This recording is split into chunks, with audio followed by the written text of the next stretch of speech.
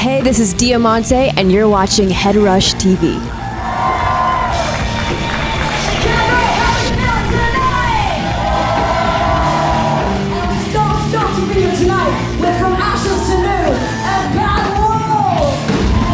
My name is Alison. Thank you so much for joining us, Diamante. Thanks for having me. This is your first tour with Bad Wolves, correct? Yeah, I went on a little 2-week short run right before this tour just to sing one song with them on stage, but this is the first actual tour that I get to do a full set, so yeah. Amazing. Was that when they invited you to play with Five Finger Death Punch? Yeah, that was so much fun. That was an arena tour, so very different from this. But you know, I love both worlds, and it's so cool to be back in the small clubs and to really be face to face with people again. Absolutely. So tell us about your new album. It's coming out next Friday, right? June 15th? Next Friday. Yeah, coming in hot, you guys. This is my first full-length album, and it took, I've been writing and recording since 2016. This album has been such a long process, and I can't believe that it's finally coming out in the world. Wow, incredible. We have previewed the singles that have already come out. So Coming in Hot, Bulletproof, War Cry are some of the top singles. Could you explain, we did see that there was Volume 1 and Volume 2 that came out this year. So would you be able to explain the transition of how those singles came out and how it manifests into the debut album? So one of the biggest themes of the album, I feel, is duality. Just even color-wise, the red and the blue. Before this album, I had put out music that was very strong and in your face and fierce, and I call that the red side.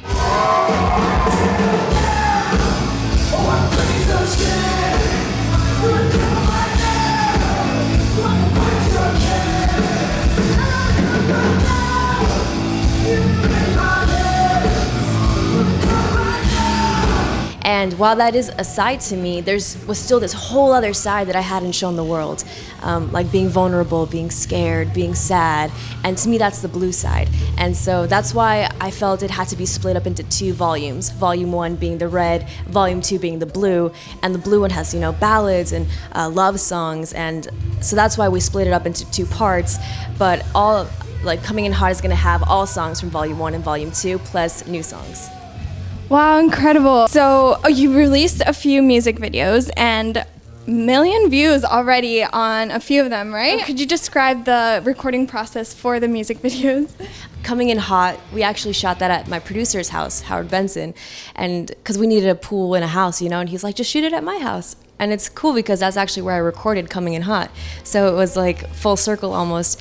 And that was an all-day shoot. We had a bunch of extras of the old people who came to be in the video.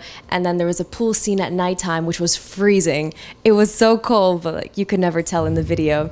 And then Had Enough, we actually shot in the Mojave Desert. And that was based on Thelma and Louise, which is my favorite movie of all time. And that was one location. Then we drove 2 hours to a second location just to shoot the diner stuff. So it's always this big adventure and all these crazy stories, but shooting music videos for me is so much fun. And you can really resonate that you have a lot of craft in the music video. It's very authentic and individual to your style and very creative, very female empowering too, especially Had Enough. I love the scene in the diner. And was that one of your friends that was sitting next to you? Yeah, it's so cool because she's actually one of my real life friends from college, and I needed, a partner in crime. And funny enough, all my friends in LA couldn't do it because they were busy, and so I asked her, and she was like, of course, yeah, let's do it. And we were talking, as we were shooting, how those situations in that diner literally will happen to her all the time in real life, and she'll just freeze up because that's what we tend to do. So she said it was very empowering for her to be able to act out something that she normally wouldn't do in real life. Absolutely. That's one of the moments that really stuck out to me in the video as far as feminism and empowerment. So I really give kudos to you and the legend that you're leaving behind. So I wanted to touch base on Howard Benson. So you said that you recorded with him, and he's a legendary figure. He just released with 3 Days Grace, correct? And this is Howard Benson. All That Remains, and who else? Escape the Fate. And then I think In Flames, but even just some of my childhood favorites, Kelly Clarkson, My Chemical Romance, Hailstorm. I was like, this guy really created all the music that I grew up listening to. So it was so perfect that my first album was done with him. Like, he understood that 80s flair, that young feeling and that energy and that rawness that I wanted.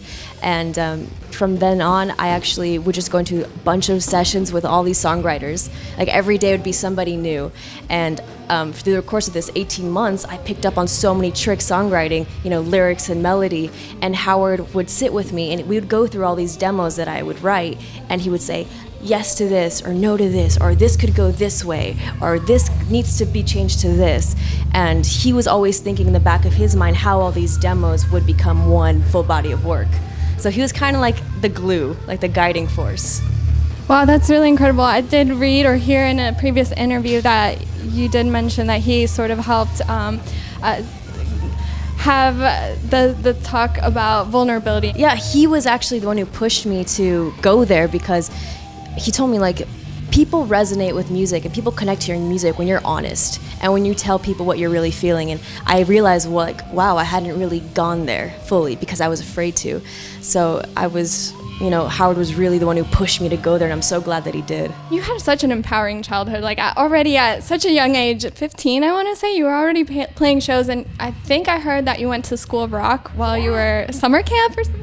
Yeah, I was 14 when I first went to this School of Rock summer camp, and that's when I was first exposed to rock music, and I got to sing Led Zeppelin and I think Blondie and Black Sabbath, and that was the exact moment I knew that rock music was what I wanted to do, and just play rock music on stage. And so when I was 15, I started playing shows on the Sunset Strip, and I would have all my high school friends come to the Whiskey or come to the Roxy. It was so much fun, and I think if I hadn't gone through all that performing and playing since an early age, then I wouldn't be so ingrained now with my performing. To that, I think you mentioned in one of your label, 11/7 Music is...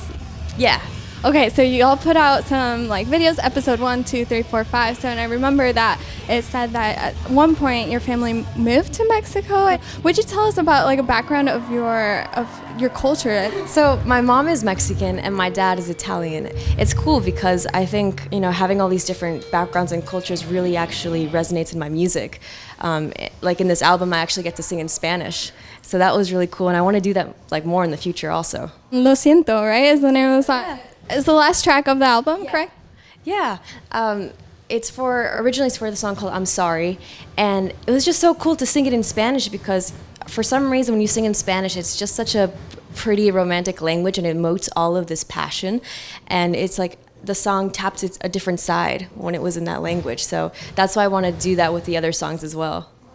Wow, that's super fascinating. It really reminds me of, and I also speak Spanish, so I really resonate. Yes, it's very rare to find an artist that will establish themselves in 2 languages, and it reminds me of a young Shakira.